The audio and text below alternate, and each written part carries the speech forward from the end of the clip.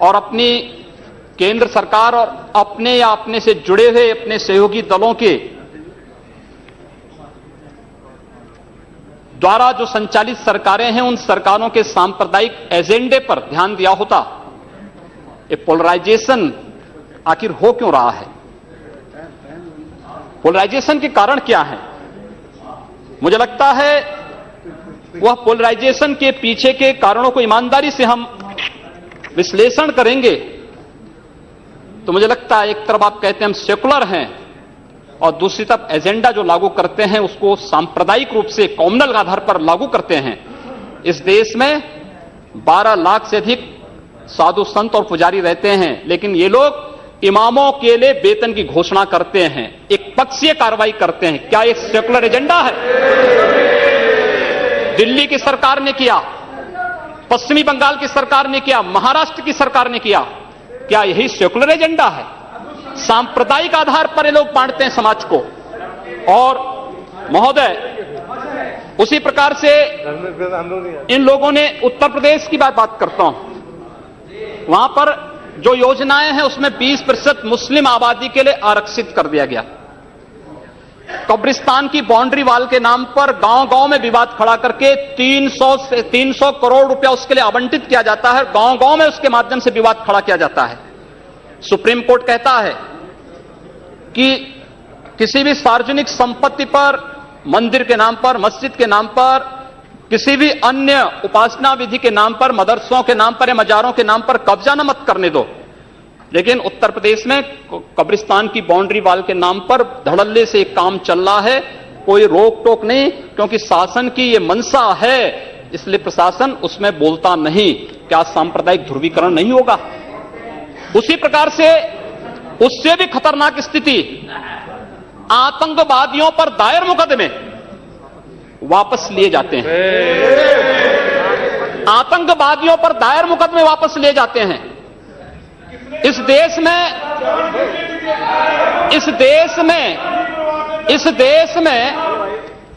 जो लोग राष्ट्रीय सुरक्षा के लिए खतरा बने हुए हैं, जिन लोगों ने राष्ट्र की संप्रभुता को चुनौती दी है, जो लोग लगातार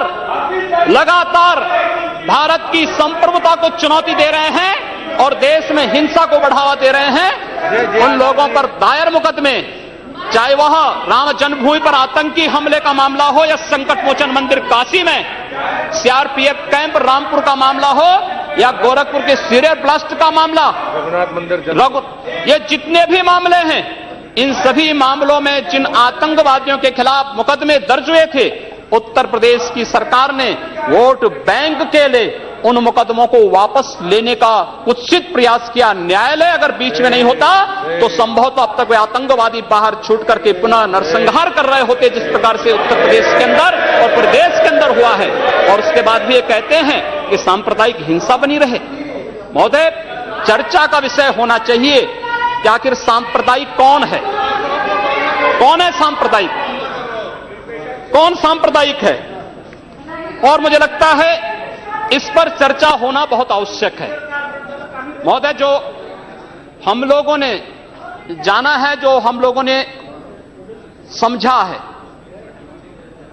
इस सांप्रदायिक वह होता है जो कहता है कि मेरा इष्ट या मेरा देव या मेरा पैगंबर ही सर्वश्रेष्ठ है। उसके मानने वालों को तो जीवित रहने का अधिकार है, शेष को नहीं। मुझे लगता है वह सांप्रदायिक है। हिंदू जीवन दर्शन कभी इस बात की इजाजत नहीं देता। हमने किण्वंतो विश्वारंभ का संदेश दिया था, हमने सर्वे भवन्तु सुखिनः का संदेश दिया था, हमने तो इस देश के अंदर एकम सद विप्रा बहुधा वदन्ति की बात कही है। जियो और जीने दो पर विश्वास हमारा दर्शन करता है।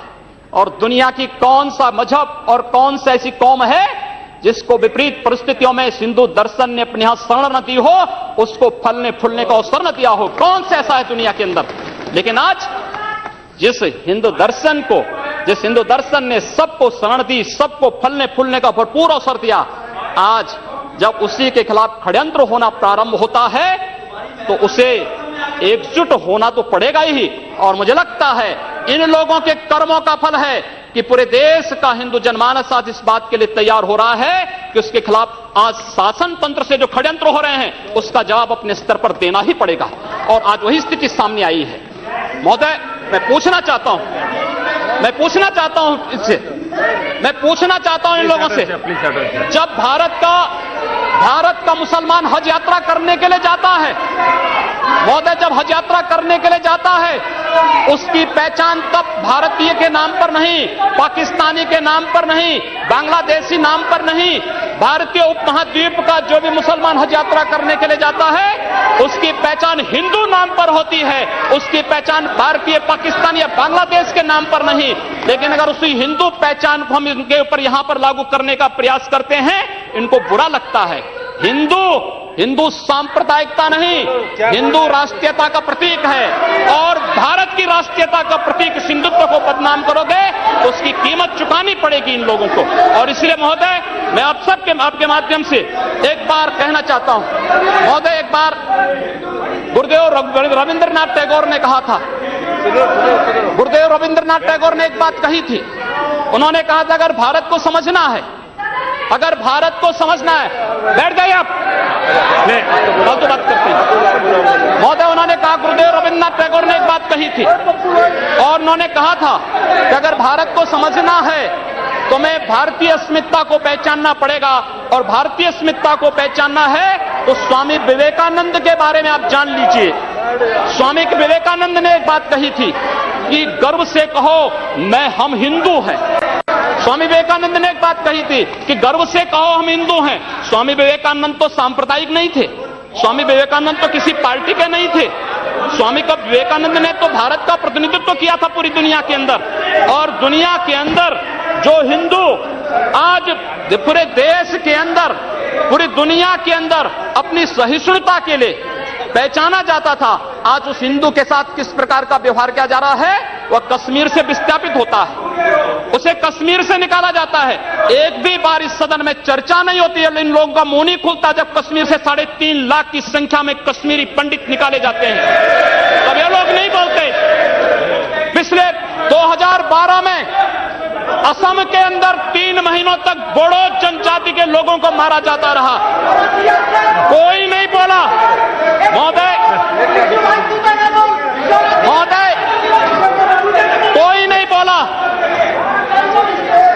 जम्मू कश्मीर के बाद जम्मू कश्मीर के हिंदुओं के मारने पर कश्मीरी पंडितों को उनके घरों से बेदखल कर दिया गया, एक भी बार ये लोग बोले नहीं, इनको पीड़ा नहीं हुई।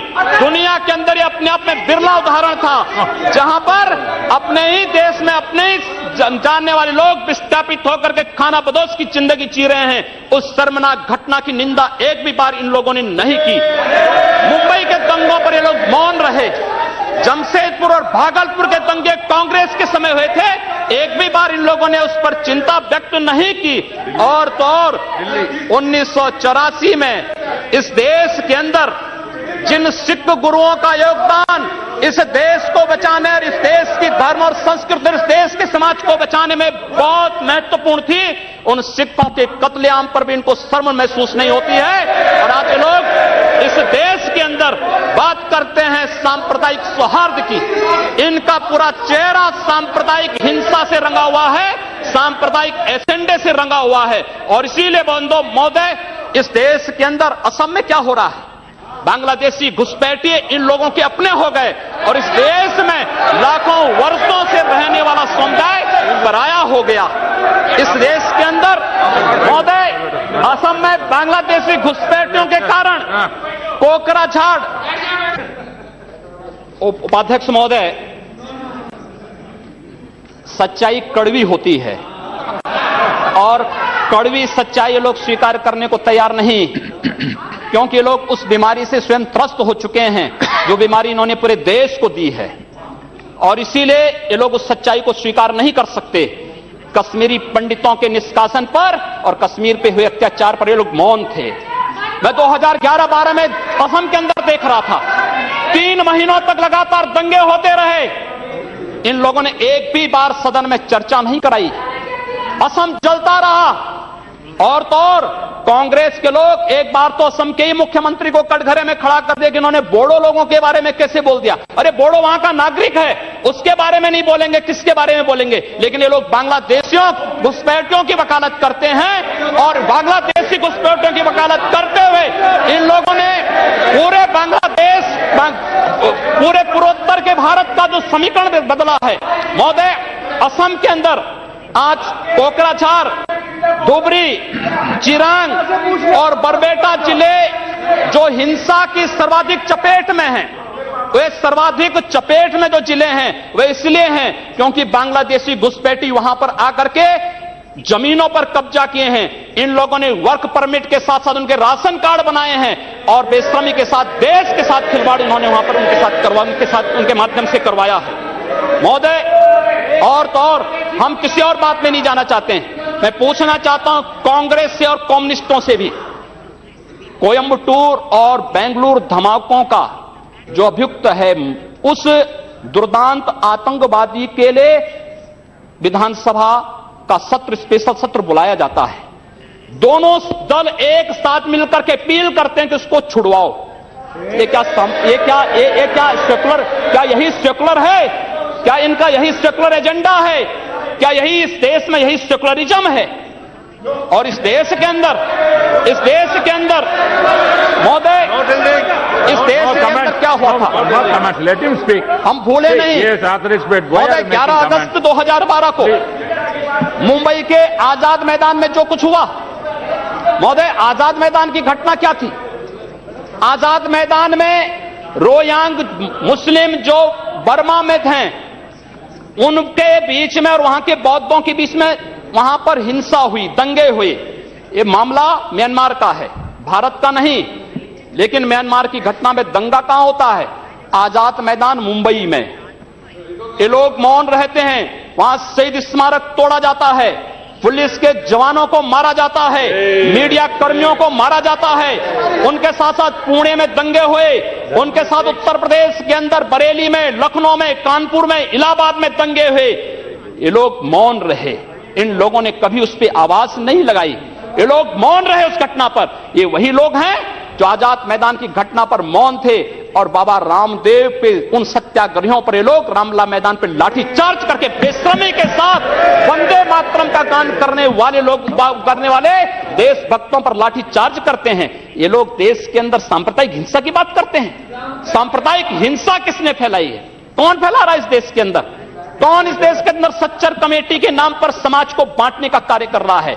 इन लोगों ने सांप्रदायिक आधार पर 1947 में देश को बांटा है और आज पुनः देश को बांटने की साजिश के तहत पाकिस्तान के एजेंडे पे ये लोग कार्य कर रहे हैं। और इसलिए महोदय, जब उत्तर प्रदेश के अंदर की जो घटनाएं आई हैं, उन घटनाओं पर अगर आप नजर डालेंगे महोदय, जो घटनाएं हुई हैं उन घटनाओं के बारे में अगर मैं आपके सामने रखूं तो घटनाएं अपने आप में चौंकाने वाली घटनाएं हैं। और ये चौंकाने वाली घटनाएं कितनी खतरनाक हैं। उपाध्यक्ष महोदय, सांप्रदायिक एजेंडा इन लोगों का है, हमारा नहीं। हम लोगों ने पूरे देश को एकजुट करने की बात किया था। हम लोगों ने तो नारा भी दिया था कि सबका साथ और सबका विकास। हमने कहा था सबका साथ सबका विकास। लेकिन असम के अंदर अली और कुली का नारा इन लोगों ने दिया था, हम लोगों ने नहीं दिया था। असम को ये लोग बांटने का प्रयास कर रहे हैं, देश से अलग करने की साजिश कर रहे हैं। और इसीलिए मैं आपके माध्यम से कहना चाहता हूं, क्या यही इनका सेकुलरिज्म है? महोदय, मैं उत्तर प्रदेश के बारे में चर्चा करना चाहता हूं।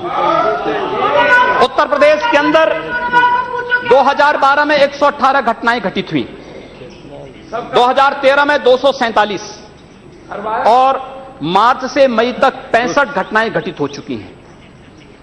सहारनपुर का दंगा इसलिए हो जाता है क्योंकि हाई कोर्ट के आदेश पर सहारनपुर में एक गुरुद्वारे का निर्माण हो रहा था। अब न्यायालय के आदेश को प्रशासन नहीं मानेगा, उत्तर प्रदेश सरकार नहीं मानेगी। काठ में इसलिए वहां पर विवाद होता है क्योंकि उस गांव में 4 धर्मस्थल हैं, 3 मस्जिद, 1 मंदिर। मंदिर हिंदू समुदाय के द्वारा है, 3 मस्जिदों पर माइक रहेगा लेकिन मंदिर से माइक उतार दिया जाता है। क्या यही सेकुलर एजेंडा है इन लोगों का? यही सेकुलरिज्म है? क्या इसी को सेकुलरिज्म आप कहेंगे?